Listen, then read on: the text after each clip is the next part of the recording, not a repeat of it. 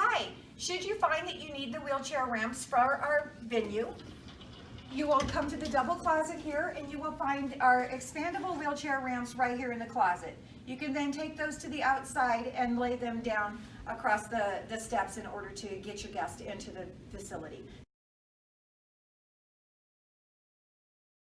Hi, I'm going to show you how to install the ramps for the Beacon Center.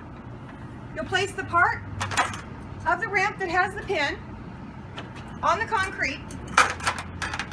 On the side, there's a yellow button here. You'll press this until it pops.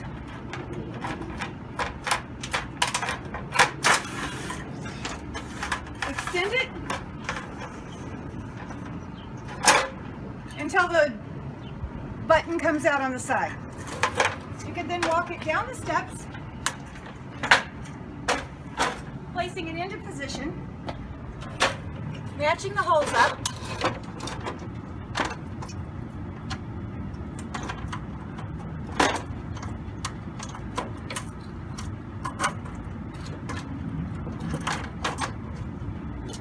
And there you go. It's ready to go.